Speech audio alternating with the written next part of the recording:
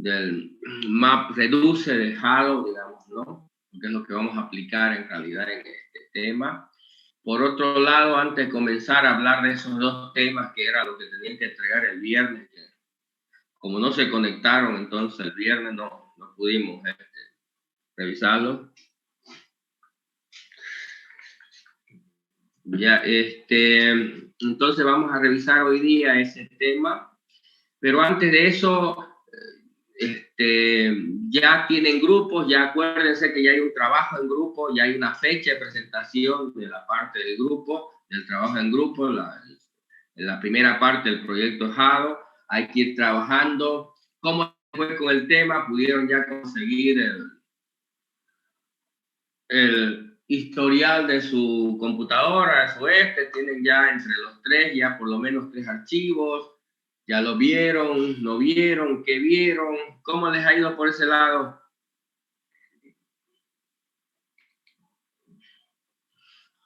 Para ustedes la pregunta, señores.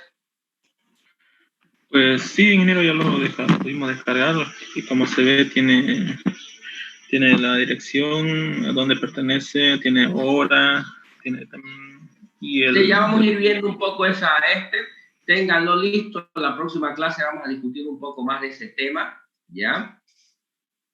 Lo que quiero es ver si ya pudieron, ya están en grupos, ya está claro lo que se tiene que hacer, porque ya comenzamos, ya hay fecha, ya hay todo, así que deberíamos ir avanzando ya también en ese tema. Obvio, tengo que terminar todavía la primera parte teórica, digamos, ¿no? Nos falta con minería de datos, y luego vamos a ver Data Warehouse y base de datos multidimensionales, y con eso terminamos la teoría y damos también el primer parcial que es teórico, ¿no? Que creo que ya les di la fecha, ¿no?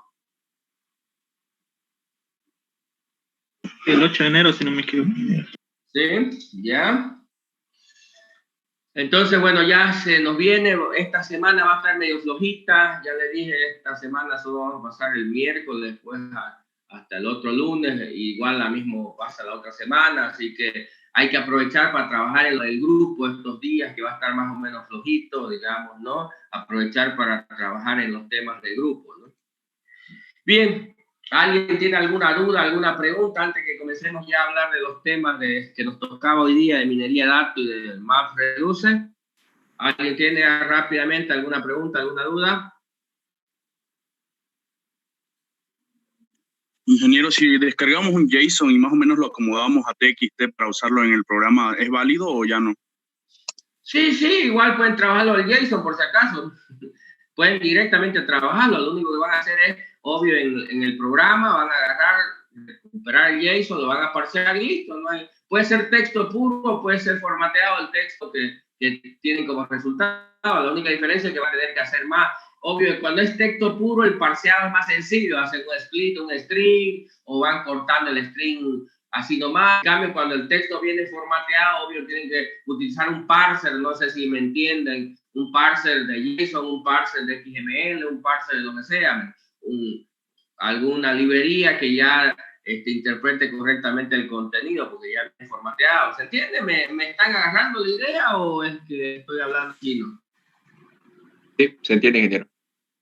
Ya, entonces, no, es texto. Ahora, si ese texto es puro texto, puro código ASCII nomás, digamos, obvio, el parseo normalmente utiliza las funciones básicas de string, ¿no ves? Un split, un copy, un concat, cosas así, ¿me entiendes? Las funciones más básicas de manejo de string, y podrías parsearlo, se dice, pero un parseo así caserito, ¿no? No utilizando técnicas de compiladores, ¿no? En cambio, ya cuando el texto formateo es más complejo, ya con las técnicas básicas de no lo puedes parsear, ya tienes que utilizar una especie no sé si vieron compiladores alguna vez, digamos, ¿no? Una especie ya de escáner y parser, como se llama en compiladores, para interpretar correctamente el texto. Y obvio, si te pones a hacerlo, eso es muy complicado, ¿no? Por eso es que busca una librería que interprete XML, o que interprete JSON, o que interprete lo que diablo quieras interpretar del archivo texto, si es siempre y cuando, obvio, el formato de ese contenido sea estándar, ¿no? Y obvio, si es un XML o si es JSON, que también es un XML formateado especial, digamos, obvio, y hay sin oficios que han hecho el parser para ese tipo de formatos, ¿no? ¿Nos entendemos?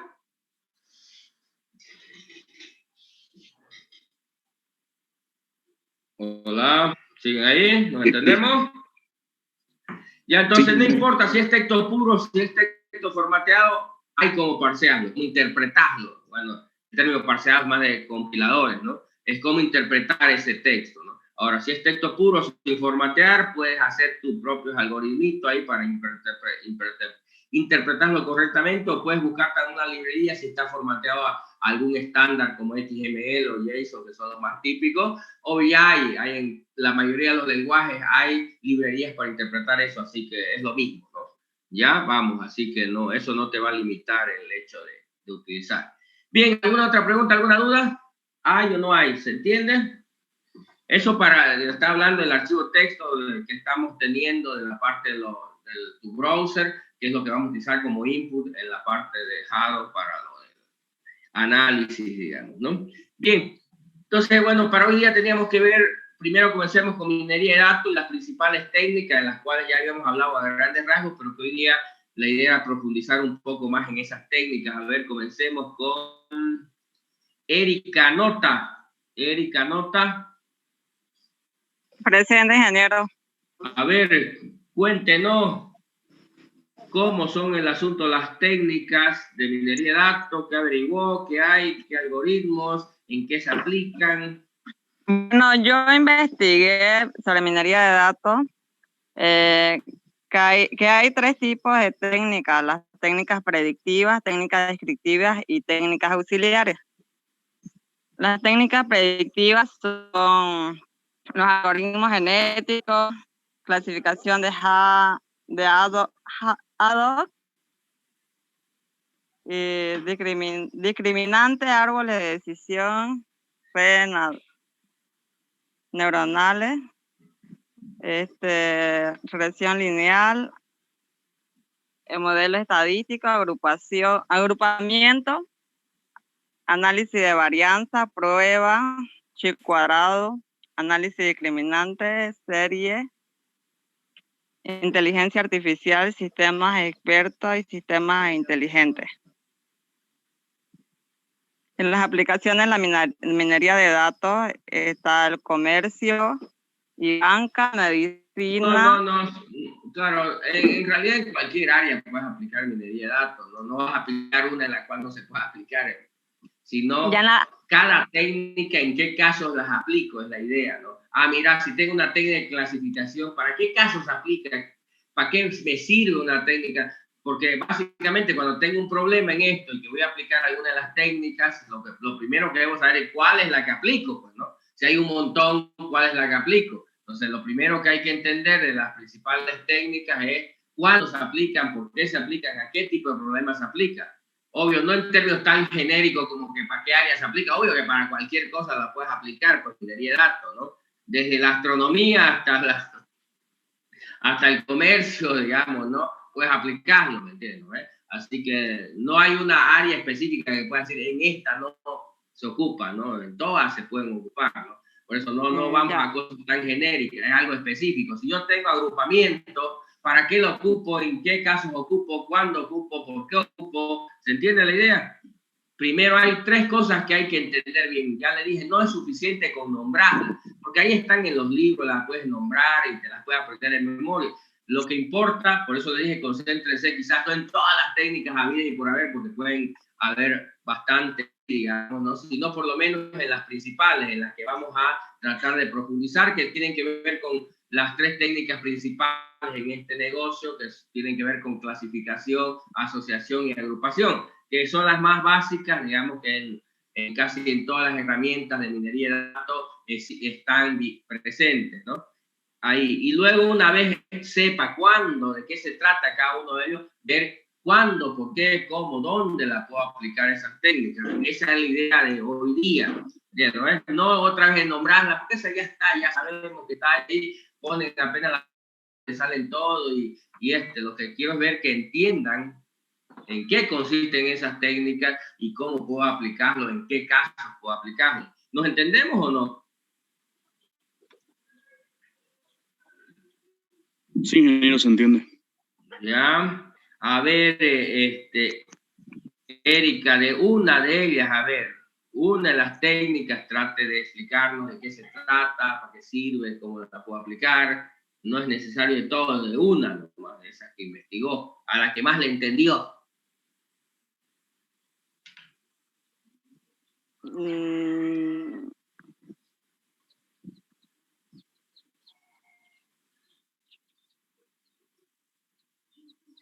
¿Qué pasa? Ninguna. Ninguna. Árbol de decisión. Y a ver, cuéntenos de qué se trata los árboles de decisión, que es una técnica de clasificación, en realidad, el árbol de decisión.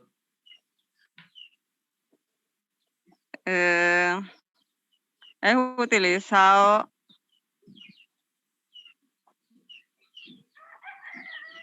para el ámbito de inteligencia artificial, construcciones lógicas, o sea, diagrama de construcciones lógicas. Sirve para categorizar y representar. Ya, Erika. A ver, vamos a ver otro compañero. A ver, Gisan López. Buenas tardes, ingeniero. A ver, Gisan, contanos. Sobre técnicas de minería. Las técnicas de minería de datos y una, por lo menos, explicando en qué se trata, para qué sirve, dónde se aplica. Ya, en técnica de minería de datos investigué que las redes neuronales, los árboles de decisión, los modelos estadísticos de agrupamiento, algoritmos jerárquicos, reglas de inducción.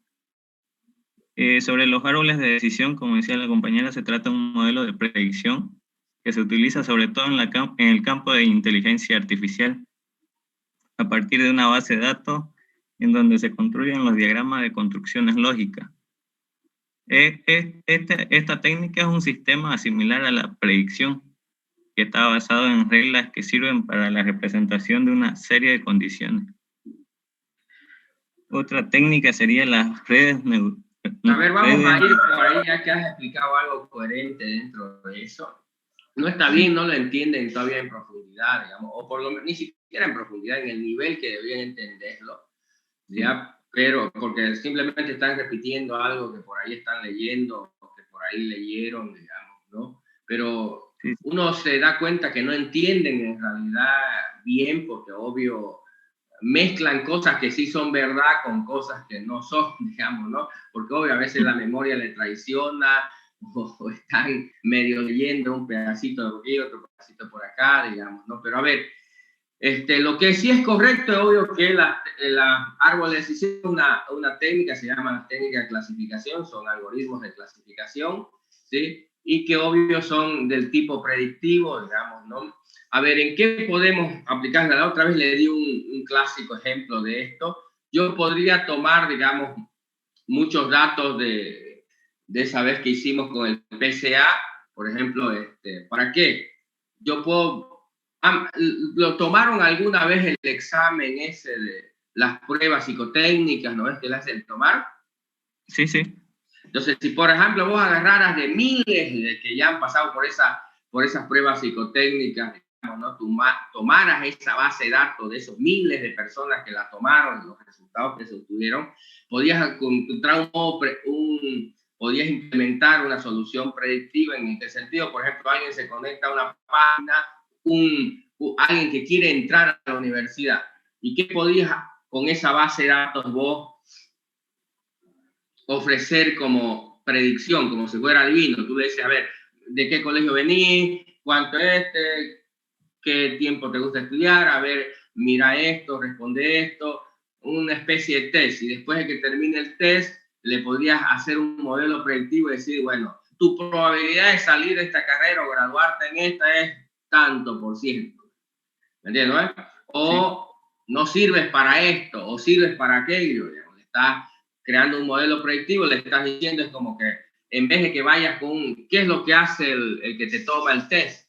Es como que toma esos datos, los evalúa y te dice, vos servís para esto, o vos servís para aquello, o te puede decir vos tenés probabilidad de salir en esta carrera o no, digamos, ¿no? Es como si mirara el futuro en base a los datos que ha capturado de ti, evaluar en función a miles de otros similares a vos que hicieron esto y que obvio lograron salir o se truncaron en medio camino. Entonces el modelo te dice, mira, la mayoría de la gente que vino a la universidad que tenía similares características a ti, le fue bien y logró graduarse. O al revés, te puedo decir, la mayoría de la gente que tuvo iguales condiciones que tú, dejó la universidad, nunca terminó la carrera. Entonces, tu probabilidad, dado los valores que tienes actualmente, es de tanto por ciento para este. A eso se llama un modelo predictivo, ¿se entiende? Lo usan mucho también en las compañías de seguro, los modelos predictivos. Por ejemplo, viene alguien, le mete los datos, qué hace, qué edad tiene, si fuma, si come, si pesa tanto. ¿Verdad? Toman esos datos y los obvio los clasifican, digamos, ¿no? Con el millones de datos que tienen de otras personas. Y bueno, y el software le sale cuán probabilidad que el tipo, por ejemplo, si es un seguro de vida, qué probabilidad que se muera este tipo y tenga que pagarle el seguro. Entonces, de acuerdo a esas probabilidades, calculo el valor de su póliza. Mirá, vos no tenés mucha probabilidad de morirte, entonces va a ser barata tu póliza, o en el caso de vos tenés muchas probabilidades en lo que trabajás, por lo que haces, por lo que comes, por tu salud, de que se vayas a morir en medio de la cobertura del seguro y por lo tanto te voy a cobrar más caro, o simplemente no quiero dártelas porque es riesgoso dártelas a vos. ¿Me entiendes? Porque lo más probable es que me pagué 2 meses y después tenga que pagarte $1 millón porque te enfermaste o te moriste, digamos, ¿no? ¿Se entiende? Sí. Y utilizan modelos predictivos. ¿Sí? ¿Se entiende o no? Sí, ingeniero. Ya, entonces a eso se refiere Entonces, esa es la idea. Tienes que entender en qué tipo de situaciones o casos puedo aplicar esto, entender de qué se trata, eso es lo que espero. Obvio, no con todas las técnicas, porque como son hartas, quizás sea de manera, pero por lo menos con las básicas que entiendas bien y no repitas como loro simplemente lo que lees por ahí, o que simplemente dependas de lo que puedas recordar para ¿no? Sino que lo entiendas y lo puedas explicar en tus palabras y se dé cuenta uno que sí le entiendes lo que estás haciendo, y luego cuando se te plantea un problema en el cual puedas aplicar algo de esto, sepas qué podrías aplicar, digamos, ¿no? Vamos a ver, veamos otra persona. Liz Cáceres. Liz,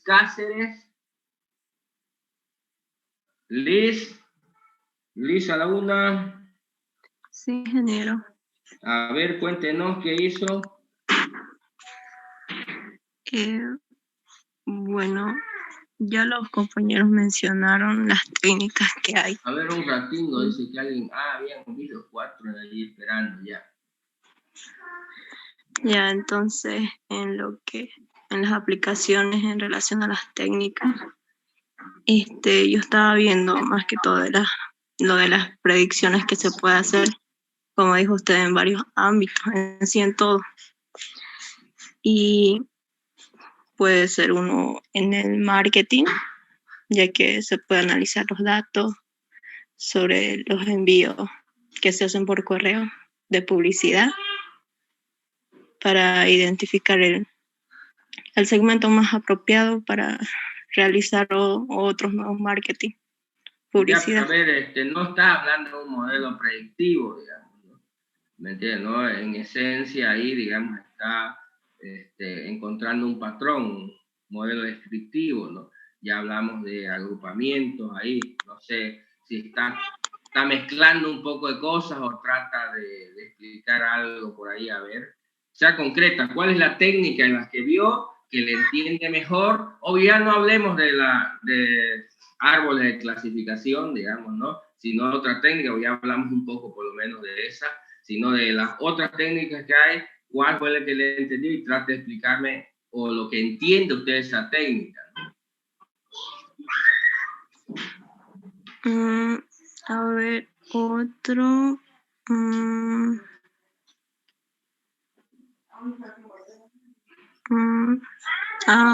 por ejemplo, sería en también he visto varios ejemplos que decían la detección de fraudes en distribuidoras de una empresa. Más o menos que se puede hacer. Ya, está bien. Otro Ahí podría ser. es igual predictivo, pero ya normalmente utiliza reglas de asociación, también agrupamientos ahí, digamos, ¿no? Pero a ver, explíqueme cómo puedo aplicar en ese caso.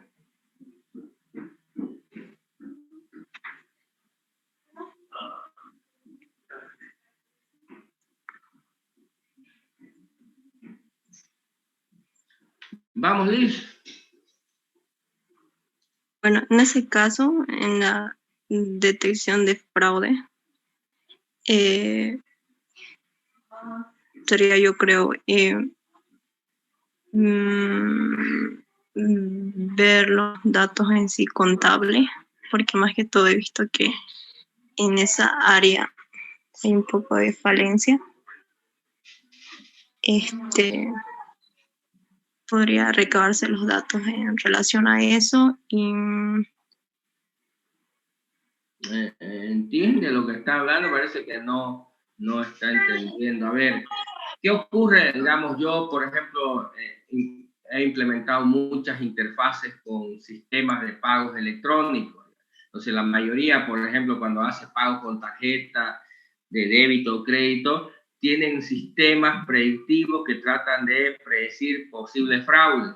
¿Cuál es el objetivo de esto? Es que cuando tú se genera una transacción, si el sistema detecta que puede ser un fraude, entonces detiene la transacción, la genera como una transacción errónea, además avisa al banco, avisa al usuario que hay posiblemente una posibilidad que esta transacción sea fraudulenta. Lo que hacen los sistemas, analizan las transacciones y se dan cuenta de que puede haber un problema, quizás no sea un problema, un fraude, pero sí, tratan de detectar y obvio bloquear en el caso de que se den cuenta que posiblemente haya un fraude para evitar robo. No es 100% fiable, quiere decir que en el 100% de los casos detecta, pero obvio a mejor calidad de los algoritmos inteligentes en esto, obvio los sistemas cada vez se están haciendo más inteligentes, más seguros, que intentan determinar eso. Por ejemplo, yo no hace mucho estaba probando una plataforma para pagos electrónicos, digamos, ¿no? Y metí mi tarjeta, digamos, hice unas transacciones y como eran pruebas, yo la estaba haciendo con el mismo monto, ¿no? Yo el mismo monto, digamos, ¿no? Y después de 4 transacciones, me la bloqueó mi tarjeta, ¿no?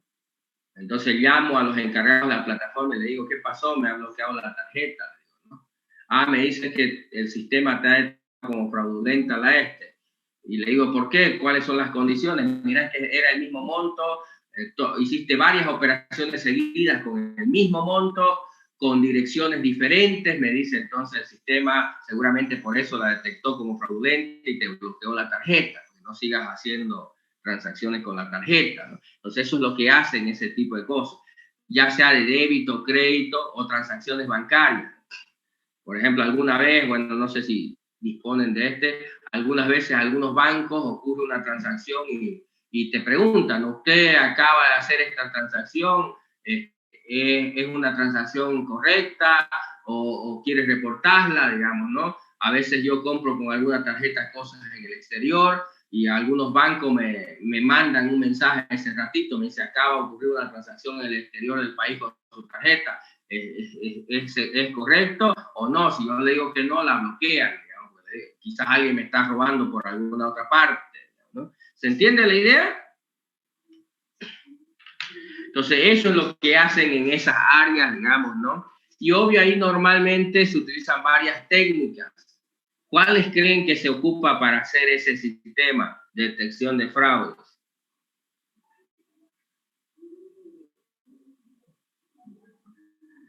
Vamos, señores. Es para ustedes la pregunta. ¿Entendieron el contexto? ¿Se entiende? Hablen. ¿Qué mudos son ustedes, che?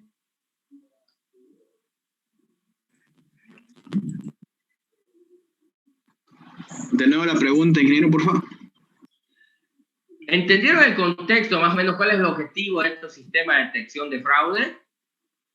Primera cosa. Segundo, ¿Ustedes qué técnica de minería de datos creen, o técnica, porque puede ser más de una, se podrían aplicar para detección de fraude en transacciones bancarias?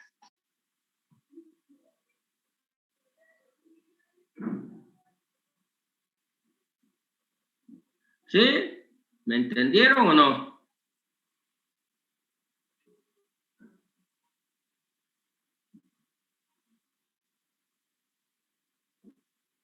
¿Puede volver a clicar en el libro, por favor?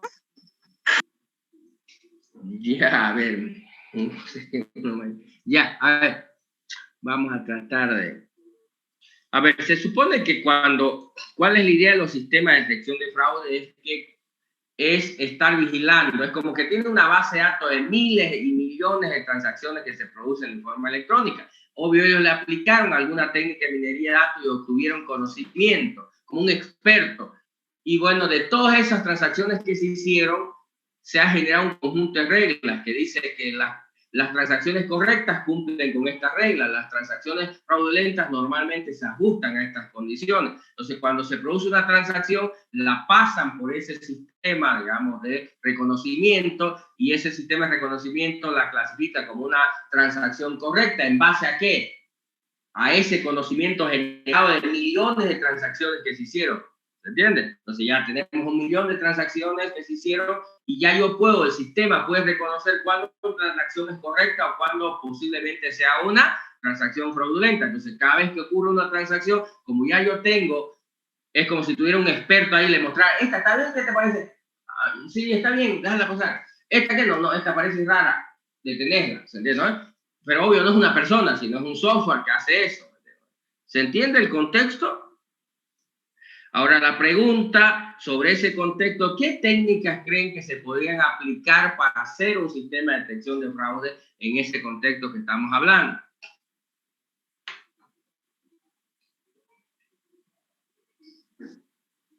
Buenas tardes, ingeniero. Sí, dígame, Isabel, ¿no? Sí. A ver, dígame. ¿Podría ser la regla de inducción? Perdón, no la escuché bien porque está con un eco su audio. Sí, es que estoy grabando. Ah, un ratingo deténgalo pues para que no se genere el audio y después pregunte. Y después lo continúa, no va a pasar nada.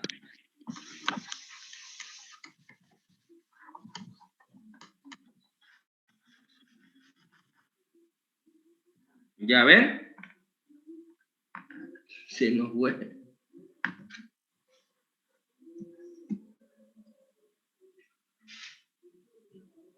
¿Qué pasó con...? Ah, ya volvió. Ya levantó la mano. A ver, Elizabeth. Isabel, ¿no? Isabel.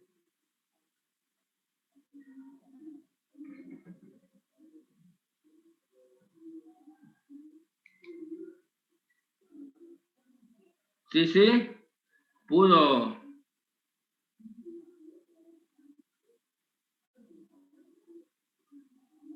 Ya. A ver, intenta hablar, pues ahí para sin el eco, trato de escucharle. A ver, o escríbalo lo que querías responderme en el chat.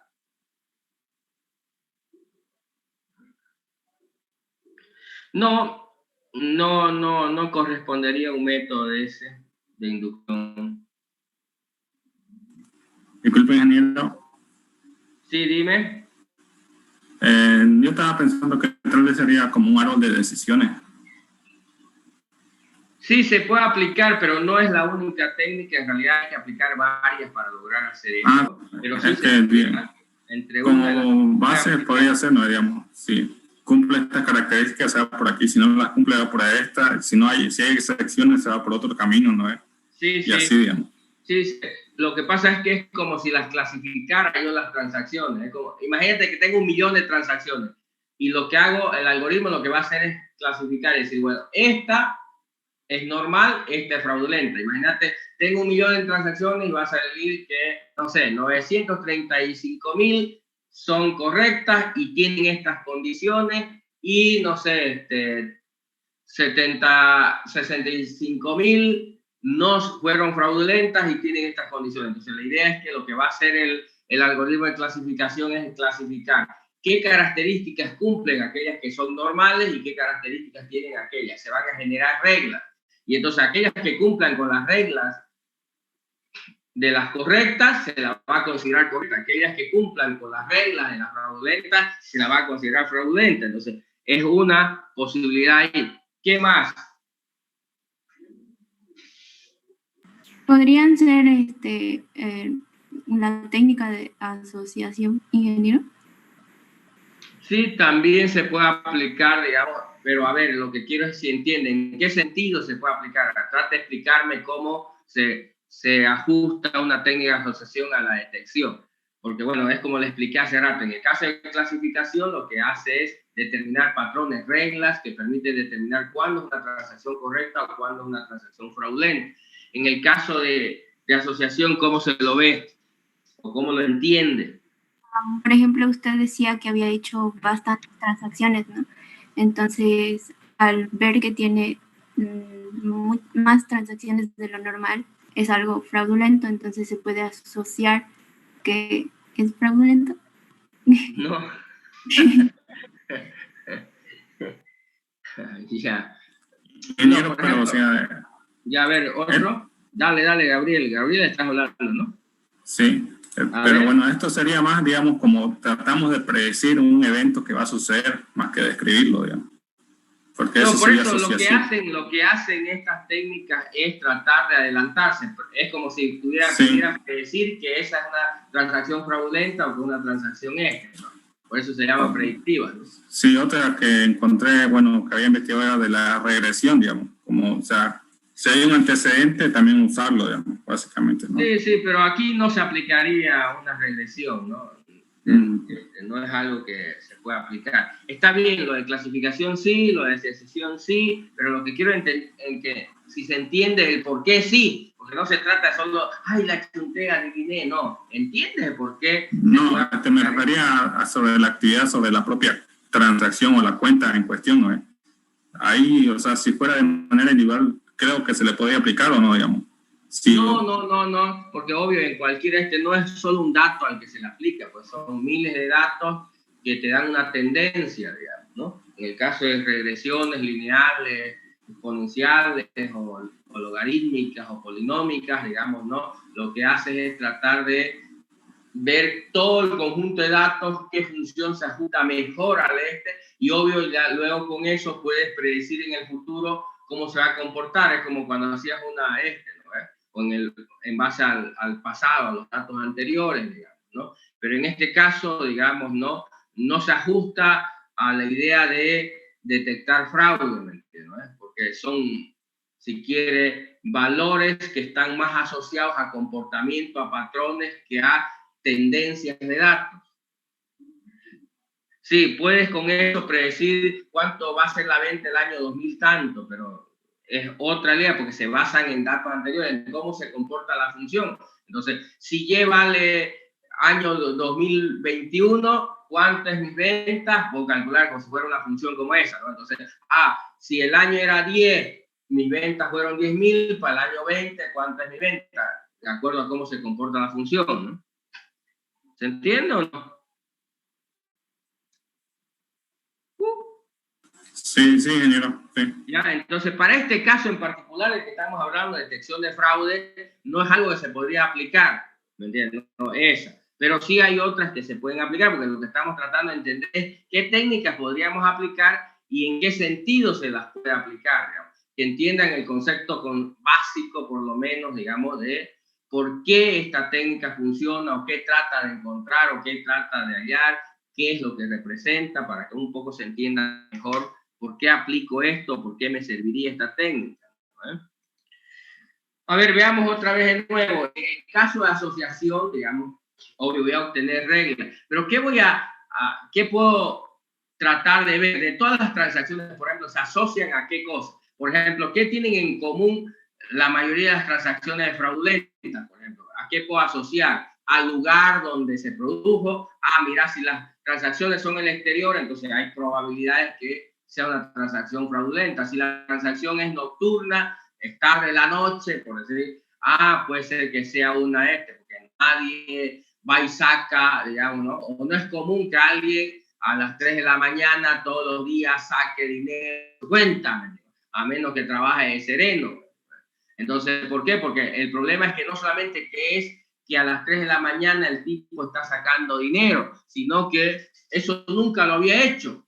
De pronto comenzó de sereno, entonces hay algo sospechoso, porque de pronto comenzó a sacar dinero a las 3 de la mañana, digamos, ¿no? Cuando años nunca ha sacado, entonces quizás sí, digamos, no ese día, no sé, pero es mejor alertar y decir, no, hay algo sospechoso acá.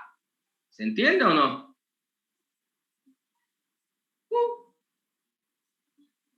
Sí, ingeniero, se entiende.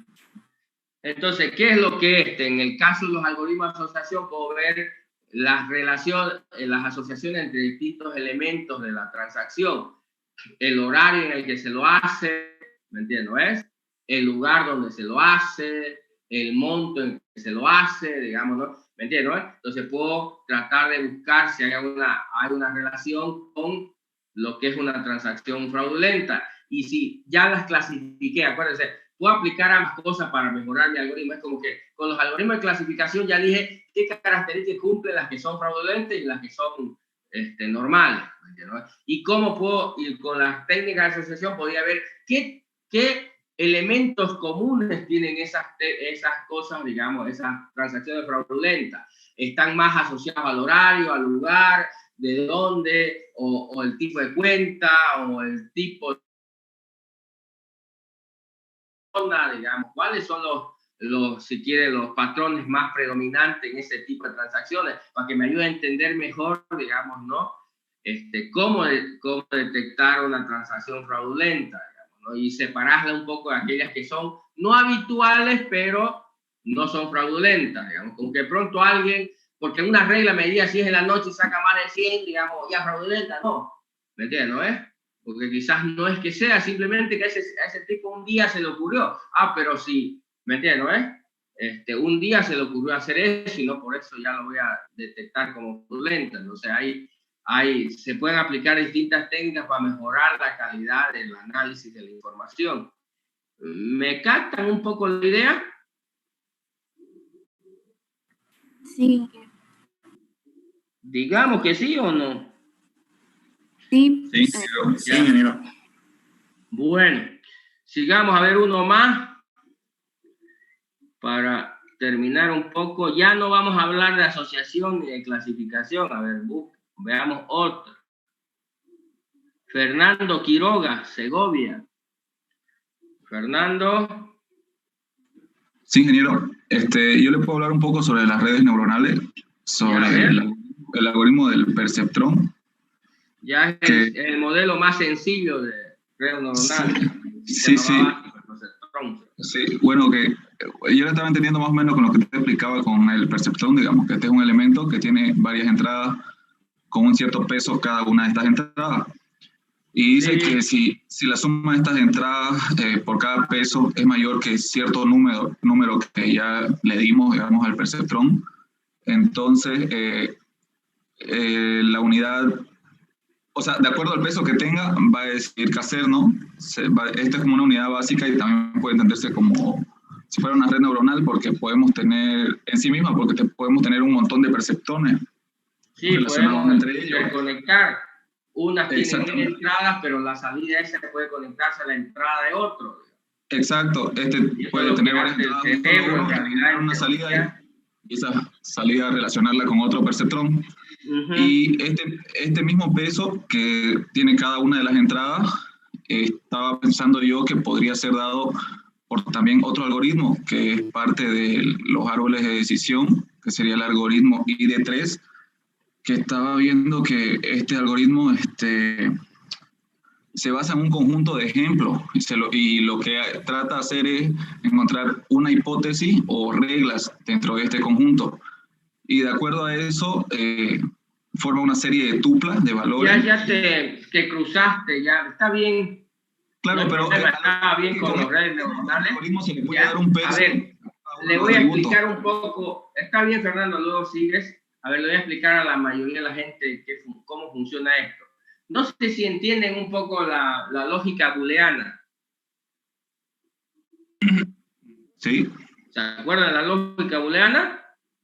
Obvio, en la lógica booleana solo hay o true o false, no existe, o 0 o 1, pero en realidad entre 0 y 1 pueden haber infinitos valores, no hay tonos de grises en la booleana, digamos, ¿no? En cambio, en las redes neuronales sí. Yo puedo tener no 0 y 1, sino 0, 0, 1, 0, 2, 0, 3, es como dice, le voy a dar pesos, digamos, a cada uno, a cada tipo de entrada, y obvio, en función del peso que tiene, voy a evaluar y voy a generar un resultado, ¿no? Entonces ya no solamente es sí o no, ¿me entiendes? Hay un medio sí, más que sí, casi no, ¿me entiendes? ¿No? Como que casi cero, digamos, ¿no? Un poquito más que cero, a la mitad, digamos, entonces puedo crear n valores entre el sí y el no, es como que pudiera crear, digamos. Porque obvio, tú sabes que eso es lo bueno del ser humano, digamos, ¿no? Que no es solo o 0 o 1, digamos, no razona solamente en función de 0 y 1. Entonces puede tener distintas entradas, digamos, ¿no? Y darle peso, y depende de la persona. Para unos puede ser tener más peso esta cosa y menos peso la otra.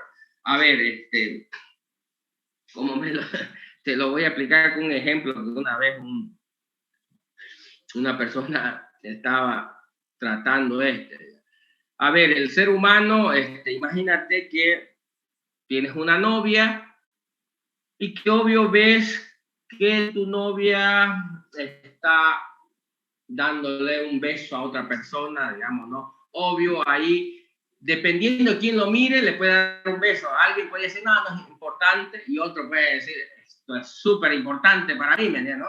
¿Se entiende?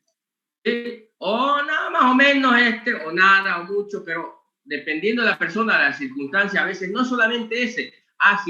Si está en una fiesta sería diferente, si está, no sé, en un aula con o un salón, entonces hay un montón de variables que puede hacer la diferencia entre qué. En la lógica booleana es o sí o no, o vives o mueres, básicamente, ¿no? En cambio, para eso desarrollar un poco las redes neuronales, porque el ser humano no razona necesariamente en un true o false, o sí o no, digamos, ¿no? Sino pueden haber infinitos valores que pueden cambiar la percepción del hecho que quiero analizar. Entonces, las redes neuronales, a eso ya no se llama lógica binaria, lógica booleana, se utiliza una lógica que se llama lógica difusa. Claro, no, ustedes no han visto en la universidad eso, pero algún día alguien que vaya un poquito más allá va a ver lógica difusa, se llama, donde ya se entiende que no solamente para representar el conocimiento, la inteligencia humana, no puedes trabajar solamente con el hecho de true o false, o verdadero o falso, digamos, ¿no? Sino tienes que ver que hay n posibilidades entre true y false, digamos, ¿no? Para que el ser humano, de acuerdo a las circunstancias, la evaluación pueda evaluar y llegar a un resultado, digamos, ¿no? Y que esa evaluación puede cambiar de acuerdo a las circunstancias, a las variables que hayas decidido. Entonces, por ejemplo, tú dices, en el caso de utilizar redes neuronales, dices, a ver, ¿qué variables vamos a tomar para saber si este es fraudulento o no? El horario que se hizo, el monto que se hizo, la dirección donde se hizo, el lugar donde se hizo, ¿me entiendes? ¿No? Así puedes poner todas las variables. Y le vas dando peso, digamos. Para la fraudulenta tiene mayor peso, no sé, el horario donde se lo hizo. ¿Me entiendes? En cambio, para las buenas, el peso es menor. ¿Me entiendes? Entonces le puedes dar valores ahí y tratar de En base a lo que has clasificado ya en buenas y malas, entonces ves qué valores le asigna y ves qué resultados obtienes. Si va a ser buena o fraudulenta la transacción. Entonces, cuando llega una transacción, calculas el valor para cada entrada, lo pasas por las redes neuronales y te va a concluir si es buena o es fraudulenta, como lo haría un ser humano. A ver, pasame la transacción, la miro, mira, no, está sospechosa esta, ¿no? Ya no, pasarla por acá, a ver, pasame la otra. ¿Qué es lo que hace tu cerebro en realidad? Toma varios valores, circunstancias, los evalúa, le da una para alguien. Lo bueno de las computadoras es que ya no varía, o sea, de acuerdo al estado de ánimo de la persona, ¿no? El computador siempre le diste el mismo peso, entonces si esa variable que tiene más peso sigue preponderando, va a salir el mismo resultado, pero a veces las personas, eso es lo malo que tienen, ¿no? Que de pronto ahorita sí, le pareció como decía ese profesor cuando nos dio ese ejemplo del enamorado, digamos, ¿no? Ahorita es como, le di un superpeso al hecho de ese y en otro momento no le tomé ninguna importancia. O Juan, para él se le acabó el mundo, en cambio para Pedro fue como si nada, ¿se entiende? Entonces, puede variar ahí. En el caso del computador, obvio, no es tan variante porque si le das peso a cada cosa, siempre va a asumir esos mismos pesos. Aunque puedes utilizar lo que se llama algoritmos genéticos también para variar esos pesos de una forma aleatoria, pero consciente. ¿Qué quiere decir? No sé si entiende un poco de algoritmos genéticos. ¿Algo? Señores, ¿siguen ahí? ¿O me caí? Nunca había escuchado ese término. Ya. Hay una área del se llaman algoritmos genéticos. Lo que hace, se desarrollan algoritmos que evolucionan en el tiempo, como supuestamente evolucionamos nosotros. Entonces, ¿qué es lo que hace el algoritmo? Toma individuos, los muta, los hace reproducirse como si fueran en la vida natural, digamos, como los mezcla los algoritmos, y de ahí escoge los que mejor resultado o los que mejores solucionan el problema. Y entonces, como lo que dicen en la evolución, van sobreviviendo los mejores, y obvio van desapareciendo. Entonces, con el tiempo, ¿qué es lo que hace? Es como si tuvieras neuronas y las neuronas, las que mejor solucionan el problema, van sobreviviendo y las otras las voy desechando, aquellas que no me dan un buen resultado al final en la evaluación. Por ejemplo, aquellas reglas que terminan siendo malas y van mal clasificando, entonces las voy desechando, como que ya no las hago reproducirse más y le van muriendo ya. En cambio, las reglas que me dan mejores resultados, que cada vez le aciertan, si quieren la chuntan, entonces esas las voy conservando y las voy cruzando con otras reglas y cada vez mejorando ya, hasta que llega un punto que son tan buenas para predecir o resolver el problema, digamos, ¿no? Que ya parece como si fuera un ser humano inteligente para hacerlo. ¿Se entiende la idea? Entonces hay varias cosas que se pueden combinar ahí, pero bueno, las redes neuronales son uno de los primeros intentos del ser humano de simular más allá de la lógica booleana, digamos, el comportamiento del ser humano, que es mucho más variable que la idea básica de la lógica booleana. Porque tú ahorita, si quieres, todo lo que haces está basado en la lógica booleana, todos tus programas, no haces nada. Si lo haces correr 1000 veces tu programa, 1000 veces o 1.000.000 de veces, para ser exagerado, siempre a la misma entrada, siempre va a generar la misma salida. ¿Me entiendes? ¿No? En las redes neuronales puedes hacerlo correr 1.000.000 de veces y no va a generar siempre la misma salida. ¿Se entiende? Puede generar salidas diferentes. ¿Se entiende? Como ocurren con los seres humanos. ¿Se entiende la idea o no? Sí, ingeniero. ¿Por qué? Porque depende de la circunstancia, el valor que genera eso podría ser diferente. Entonces, estamos no tan variante como el ser humano, que a veces no varía en función de la entrada, sino del estado de ánimo. Hay un factor extra, digamos, ahí, que no tiene que ver con lo que estoy analizando, sino con la situación del ser humano, y por eso lo hace a veces más volátil o más variable Pero bueno, lo que intentamos con las redes neuronales es simular ese comportamiento, que no es predecible. ¿Me entiendes? Como en el caso del booleano, siempre es predecible saber. Es como si vieras un árbol, si esto, entonces ya sabes que si el input es sí o sí va a terminar acá, no importa lo que haga. Con las redes neuronales podrían terminar en distintos de acuerdo al valor que le asignas en ese momento a cada entrada. ¿Se entiende la idea? Y si lo combinas con algoritmos genéticos, puedes hacerlo que las redes que mejor se desempeñan sobrevivan y las otras vayan desapareciendo, ¿no? Que es lo que hace, que es la teoría en general que están desarrollando ahorita en la inteligencia artificial. Entonces, ¿qué es lo bueno de las computadoras? Que puedes los ponen a una máquina a aprender horas y horas, días y días. Lo que a un ser humano le tardaría años aprender, a una máquina le tarda minutos en aprender y genera una red neuronal potente, digamos, ¿no? Es como si la pusieras a comenzar a aprender. Entonces, por ejemplo, se hacen motores de juego que aprenden. Entonces, es como si comenzaran y no saben jugar y de a poco van aprendiendo a jugar. Y después de, no sé, 10 millones de interacciones, jugando la máquina consigo mismo, aprendió el juego, digamos, ¿no? Y lo sabe tan bien que ya no hay un ser humano que le gane. Porque ha generado una red neuronal, digamos, extensa, donde aprendió toda la gente y ya es difícil que el ser humano le gane, digamos, ¿no? Eso es lo que han hecho actualmente con la inteligencia artificial en algunos juegos, como el ajedrez, por ejemplo.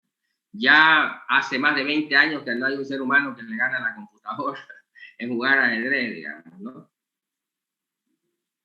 ¿Por qué? Porque ya han generado, digamos, una inteligencia artificial en esa área que ya el ser humano no le gana a la computadora, ¿no? Porque obvio excede las capacidades que tiene, o por lo menos en la versión 1.0 del ser humano. ¿Nos entendemos o no? Sí, ingeniero. Sí, ingeniero. Ya ver, veamos, entonces hay 3 técnicas para terminar esto. Tienen que repasar, leer, preguntar, analizar, porque si no, no tiene mucho sentido. Yo sé que ustedes son del copy-paste print, digamos, ¿no? Y ni lo leen a veces, y obvio eso, cuando ya toca el examen, por eso es que dan tan mal examen cuando en teoría deberían dar un buen examen, porque son temas que lo hemos revisado durante semanas, en teoría lo han visto parte por parte, lo hemos analizado, pero obvio, solo se ponen a estudiar el día que le digo mañana el examen, digamos, ¿no? Y obvio, ahí sale lo que sale, pues no, porque en realidad nunca lo es. Entonces, hay 3 técnicas que nos interesa estudiar en profundidad: las técnicas de clasificación, asociación y agrupamiento. Entonces tenemos que entenderlas, esas técnicas, cuándo se aplica, para qué se aplica, qué toman como entrada, qué generan como salida, digamos, ¿no? Ese es el objetivo de esta parte del análisis, digamos, ¿no? Que queríamos hacer hoy día, pero bueno, por lo que me doy cuenta no han leído mucho en profundidad eso, solo aprenderse algunas cosas de las técnicas, nombrarlas, pero no entenderlas todavía, ¿no?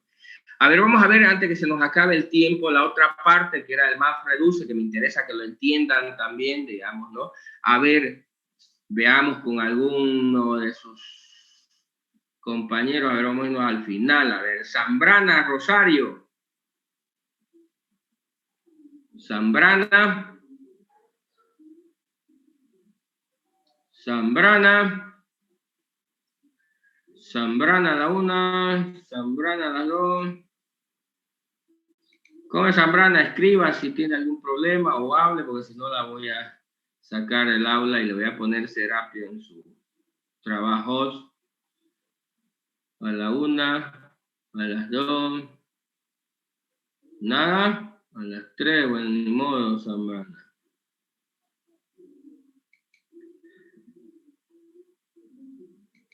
Ya, llegamos con Víctor Zambrana, otro Zambrana. Víctor. Buenas tardes, ingeniero. Buenas, a ver, contame, MapReduce, ¿qué has visto?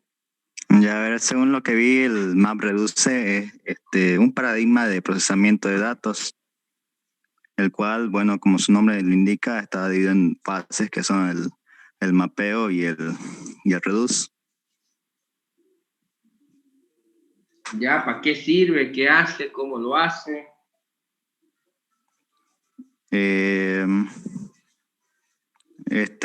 Sirve de apoyo a lo que es el Hadoop, y el cual también puedo mencionar sus fases si gusta, del MapReduce. Ya, a ver, vamos, todo lo que sea. Ya, a ver, la fase maps es donde se ejecutan las subtareas, que son llamadas también mappers. Estos son los que se encargan de la generación de pares de claves de valor, agrupan, ordenan y transforman los datos originales.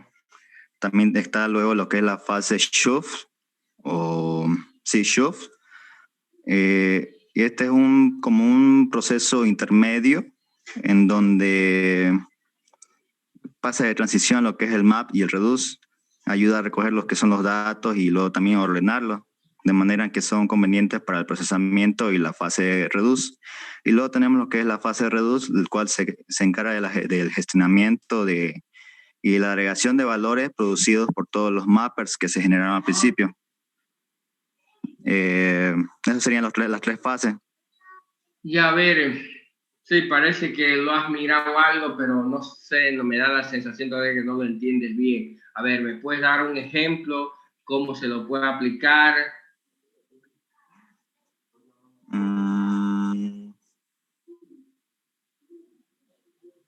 No sabría cómo explicar esa parte, ingeniero. Ya.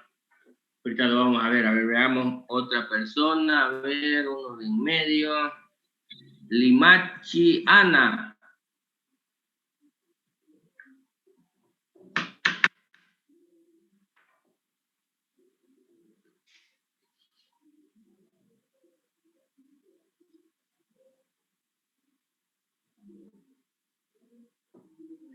Limachi Ana. Limachi Ana está a la 1, a las 2. ¿Está o no está? Alguien escribió acá. Limachi Ana. Nada. Bueno, la vamos a sacar entonces.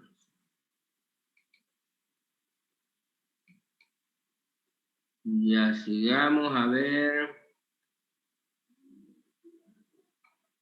Otro más en medio. Oliver Carranza. Oliver.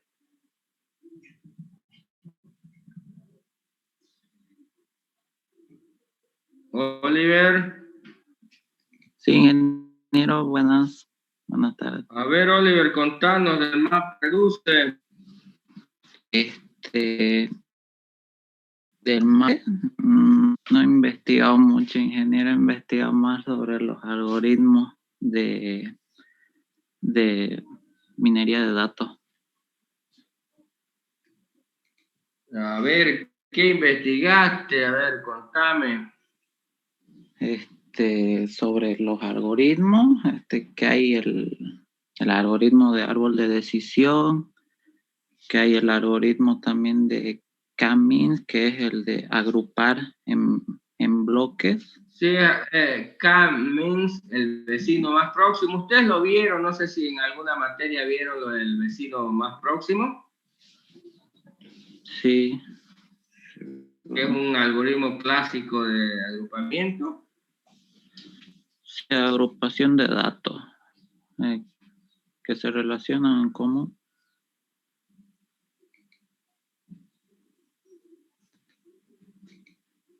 También existen los de vectores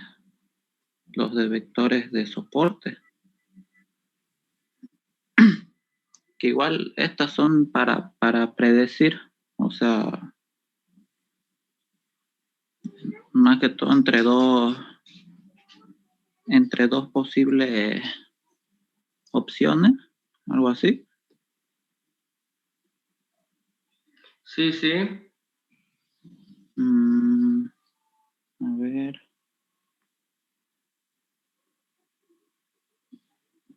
También hay y hay los otros algoritmos que son, o sea, los más importantes creo que son el de árbol, el K-means, que es el que separa en bloques, el de vectores,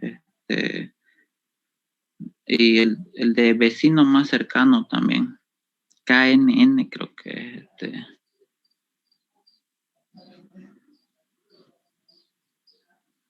¿Qué cosa? El de vecino más cercano, el KNN. Claro, K-means, el vecino más próximo, más cercano, era el que estábamos hablando ahorita. Uh-huh. Este es un algoritmo, ¿no? De lo que se llaman las técnicas de clasificación, de agrupación, de clustering. Ya, pero bueno, estábamos viéndolo ya, lo del MapReduce. A ver, solo quería ver qué había para ponerte algo de nota en tu porque no había. Ya, pero tienes que leer y eso es lo que no está en ¿no? A ver, para terminar, porque ya se nos fue la hora, a ver, tienen que trabajar más el asunto de la... No es compleja, digamos, la idea es que tomas la entrada, los múltiples entradas, y lo descompones para su procesamiento en paralelo, digamos. y obvio, para que después lo puedas volver a unir, creas un esquema de pares. En realidad lo que hace el map es componerla en key valor, una clave y un valor para que después lo puedas volver a hacer el merge, ¿me entiendes? ¿No? Juntarlo de nuevo, digamos, ¿no? En realidad lo que va a hacer es tomar la entrada, descomponerlo, digamos, para que lo puedan procesar en paralelo. Una vez obtienes, lo procesa, lo transforma los datos, puedas volverlo a unir, a mezclar, merge, se le llama ahí, ¿me entiendes? ¿No? Para luego ya generar la salida, digamos. Puede ser un archivo, una base de datos, ¿se entiende? ¿Siguen ahí? Sí. Sí, ingeniero, se entiende. Ya. Entonces vamos a aplicar esa técnica nosotros, digamos, para poder procesar nuestros archivos, ¿no? Luego transformarlo, generar, digamos, información, luego volverla a unir. Si quieren en el contrapalabras, ¿qué cree que se hace en el map? ¿Se acuerdan del contrapalabra? Ahí estás utilizando map reduce. ¿Qué creen que se hace en el map y qué creen que se hace en el reduce del contrapalabra? En el map le pondría código a todas las palabras y luego juntaría... No, lo que hace en el map es descomponer el texto en un montón de palabras y asignarle un key a cada palabra. ¿Entiendes? Y en el reduce es donde las vuelve a mezclar y las une las que son iguales. Dice, mira, ¿cuántas olas habían? 5. Ya, guardá que hay 5 olas. ¿Se entiende? ¿Por qué? Porque como las 5 olas tienen el mismo key, se unieron, porque son la misma.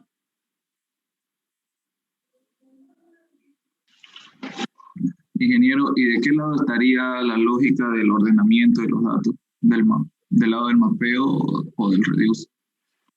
En el mapeo, digamos, vas a descomponer las palabras, las puedes ordenar, digamos, ¿no? Y allá las vuelves a unir y a agrupar, ¿no? Porque no es lo mismo agrupar que ordenar. ¿Se entiende? Sí, por eso me refiero al ordenamiento, entonces debería ir en la parte del map, ¿no? Y en el reduce... Sí, en el map va, digo, en el map.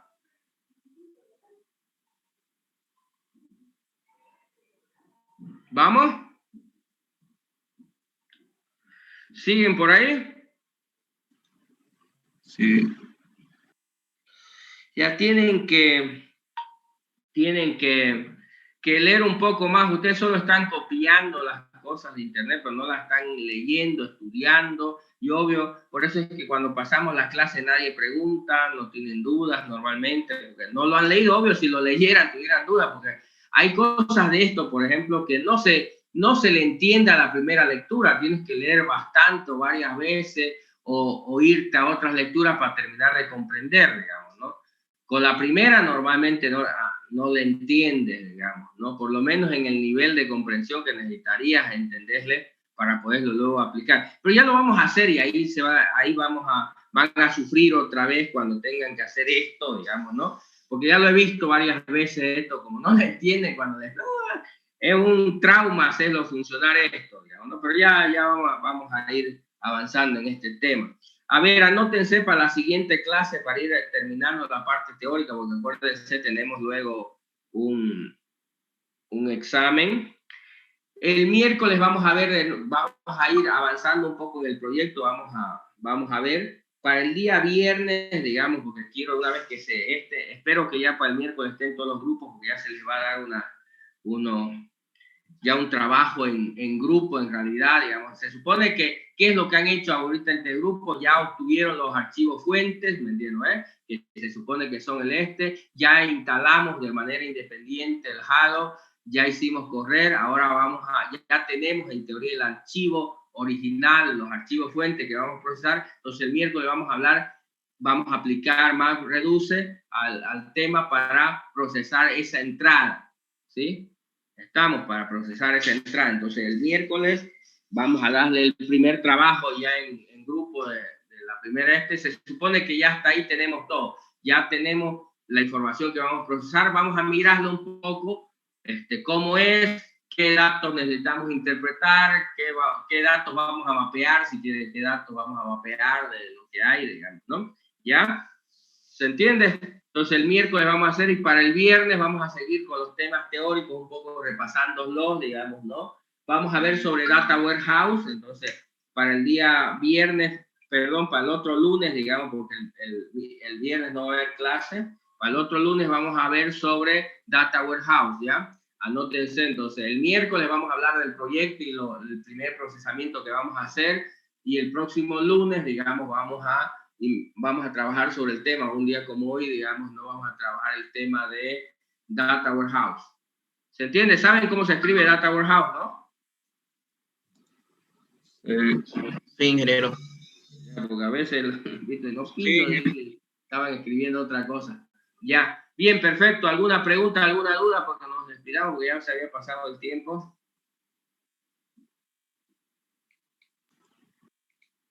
Señores.